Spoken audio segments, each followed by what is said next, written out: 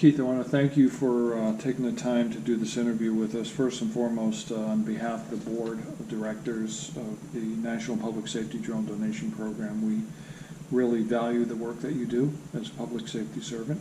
And one of the reasons we donate these drones is to make your life safer and safer for those that you protect in your communities.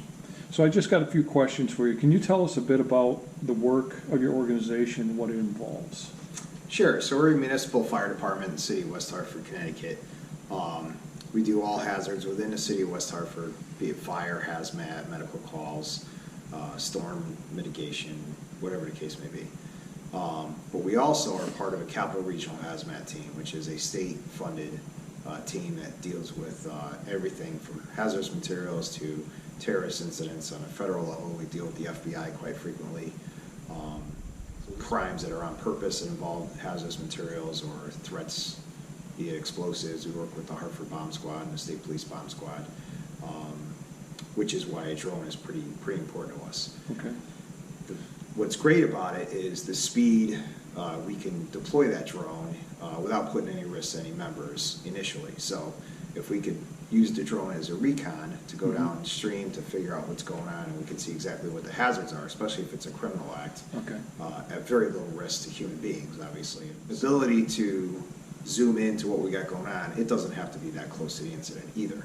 And if you think about a confined space, be it a mall or a school or a building, industrial plant, where the air quality in there is obviously going to be at risk, we could fly the drone under a hazmat situation. Correct. Yeah. Okay. Yeah. Some type of release of some type. Sure. We could fly that drone in there and see what's going on and come up with a plan on how to mitigate it with the proper equipment we're going to need, how to dress out everybody with their PPE. Yeah, so that makes perfect sense. You know, you want to get in there. No, nice thing about a drone, in my opinion, is it's expendable. You don't want to put a man at risk. It is. You know. And they're not cheap.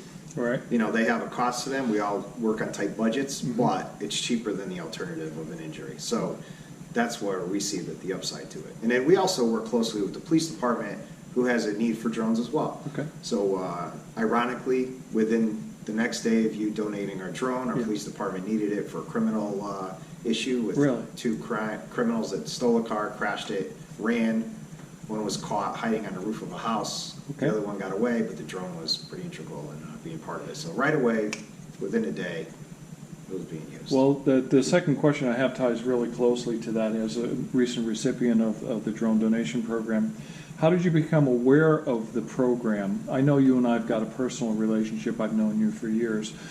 Although we've had a desire to have a drone for many, many, many years, I would say almost a decade, and for all the reasons I just mentioned. Liability side of it, the municipality was worried about all the other things people could do with drones, like spy on people. Are we infringing on anybody's rights? Are we flying over, a college dormitory? Yada yada yada. Right. And I understand what they're nervous about. And as time went on, and other departments and agencies nationally and federally have adopted these drones and shown the benefit of them, they've kind of softened up on that side of things. And we wrote some pretty strict policies on how we're going to operate it, when, why, where, under whose license, who's liable, to kind of, Because the bottom line is the municipality's on the hook if something goes wrong. Absolutely. Yeah, so, Absolutely. I mean, because you guys are a paid department, you're not volunteer. Is Correct. That yeah, true? we're a career department. Okay. Can you share with us issues in the past? I mean, how long have you been with the fire department? I had 31 years. I've been a firefighter. I've been with West Hartford for 19. So can you think of situations in the past before the word drone was a word where a drone could have been very useful? Absolutely. I mean, countless number of hazmat incidents I've been on. Think about large storms that have come through where storm damage has blocked our way to getting to wherever the emergency caller is. Right. And sometimes you don't know exactly what the hazards are. I think about like trees down and wires down everywhere, where we could, get out of our truck, and this is what we've done. You get out and go around backyards to try to not go across that hazard, but you're putting yourself in front of other hazards that may be there that you're not even aware of. Okay. So if you had a drone that could zig, zing, and fly over, see exactly what's going on, and then maybe there's a better access from a different road or whatever because the drone has got the eye in the sky view. Right. They could see everything. That would have been Yeah, huge my steps. first impression for fire departments was, I see these guys up there hacking on roofs, blowing holes in the roof, and, they don't know how hot those timbers are below them. Thermal imaging is Yeah. another example of sensors on there, so.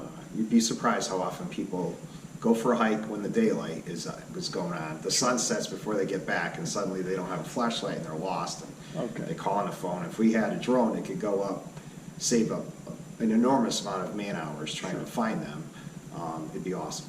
So, what's the most important job that the technology does, that, in your opinion? I mean, as far as, like, if you could sum it up into a couple of sentences, what does a drone do that boots on the ground just doesn't do? So they give, on boots on the ground, we try to paint the picture through words on a radio. Okay. And trying to describe exactly what we have as a scenario. The drone could give a live feed to anywhere we want to send it. So that could be in our emergency dispatch center Right. for setup for a storm damage type of thing. If they had live eyes in the comfort of their dispatch or the chief's office or wherever they want it to be, they all have a realistic scene of what's going on. Better clogging up situational things. awareness, Yeah, basically. and quicker. Yeah. So if somebody's not in town or whatever the case may be, the town manager or whoever it might be, the governor maybe, who knows? Sure. So are there wider benefits to the community other than public safety that you can see the value of this drone? So the community, it's twofold. So the speed of us being able to understand what the hazard is huge, because time is life, essentially. Sure. But the flip side of it is, it's a good PR thing. So public relations is awesome. So let's say you got some big event going on, high school graduation, whatever. Maybe we're there anyway. Maybe there's a fireworks display happening that Sure. night. We're there for a And you- fire standby. And we had our drone, and we could put it up for them, give them a view on their big screen of what's going on and how awesome their event is. You only graduate high school once. Yeah. You only have this Right. experience once, whatever it may be. Now, you mentioned during the donation that Public Works might benefit from it as well. Sure. So if you think about, if Public Works has to go look at a bridge that needs to be inspected, I don't know Sure. Public Works, but let's say it's annually, every 5 years, whatever. Yeah. In order to get somebody up over traffic or over a roadway, there's a heavy machineries involved, and there's a lot of manpower to do so. If they could deploy a drone to go look at it, I don't know exactly what they're inspecting. Sure. Well, they could see the guy building the porch in the backyard without a permit, or something like That that. too. Yeah. I'm not advocating that, but Yeah. that's another point. Yep. So, just two more questions. How easy was the drone donation process for you? I mean, we're always looking for feedback, negative feedback as well. If Yeah. there's one thing that you could say we could have done better, what would it be? I don't have an answer for you because it was simple. You had a very clear application process that was done. Of course, we know each other, but Yep. I don't know if that would have changed anything. No, it wouldn't We change. applied for it. You had a process in which you vetted your applications and you saw needs in other departments, and we got chosen, and I hope they all do too at some point. So your communication with us was very open and Took us a honest. while to get the date and everything set, because Yeah. the municipality had some comfort level things we had to come over with insurance and Yes. processes and procedures. Correct. We had that meeting. Just for the benefit of those who would view this video, I mean, I don't want people to think because you're my friend, I got you an in for this drone. How long did it take you after application to receive the drone? To this date, it was probably 2 years, just Okay. over, which is what we expected. Yeah. We know you don't get one of these a week. and we Well, know that Autel there's- Robotics actually selected your Okay. department as a result of our affiliation with Autel Robotics, so we're very thankful Awesome. to them. Yeah. If you could talk to your brothers out there, in public safety, and I'm talking police, I'm talking fire departments. I mean, public safety, in my opinion, is a brotherhood. I know there's some tension sometimes between police and fire departments, We right? tease each other a lot. Sure, no doubt, yeah. Stop stepping on my evidence type of thing, right? So, but if you could give, some message, what would that be? Well, my message would be that the application process, first of all, is free. Right. You literally have nothing to lose. Right. And if you could prove the need, and it's pretty hard not to prove the need, why not? Fraction of the cost of like we talked about going out to Cape Cod. So Cape let's Cod, say there's a great. kayaker out in your body of water, whatever is in your community, they're so far offshore you can't see them from shore.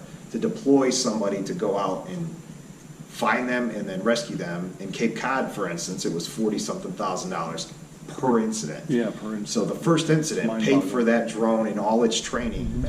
All that cost is paid for at the first incident, Sure. period. That's a good point. So then you look at your risk management. Every municipality has a risk manager. One injury that doesn't even last a lifetime could go into the hundreds of thousands of dollars, depending on what it is.